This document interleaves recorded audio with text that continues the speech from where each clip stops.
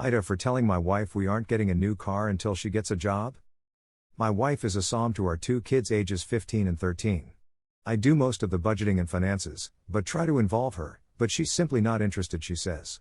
We are comfortable financially, mostly because I've always avoided debt and been frugal. We also live in a low cost of living city, which helps a lot.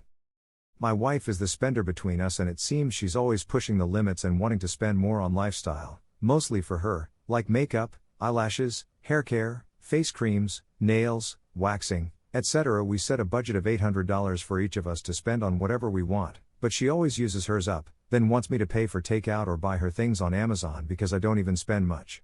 It's true, I mostly garden, hike, bike, read, but I do save up sometimes for big ticket items like a new Kindle or Scribe, or a new bike.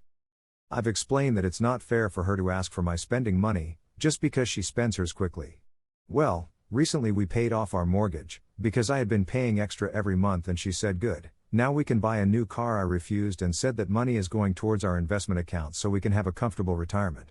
When we met, we always talked about retiring early and traveling the world, and we still have regular conversations about it, so I don't think she's changed her mind, unless it was in the past month. Anyway, she was mad, saying that I was a tightwad and that why do we need to save so much in retirement accounts if we can die tomorrow.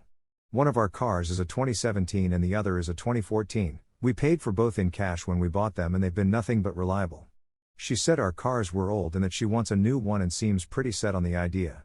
I told her fine, we can buy a new car once you get a job and you've been working for at least a year. She was furious with that comment and said I was an asshole and a cheapskate.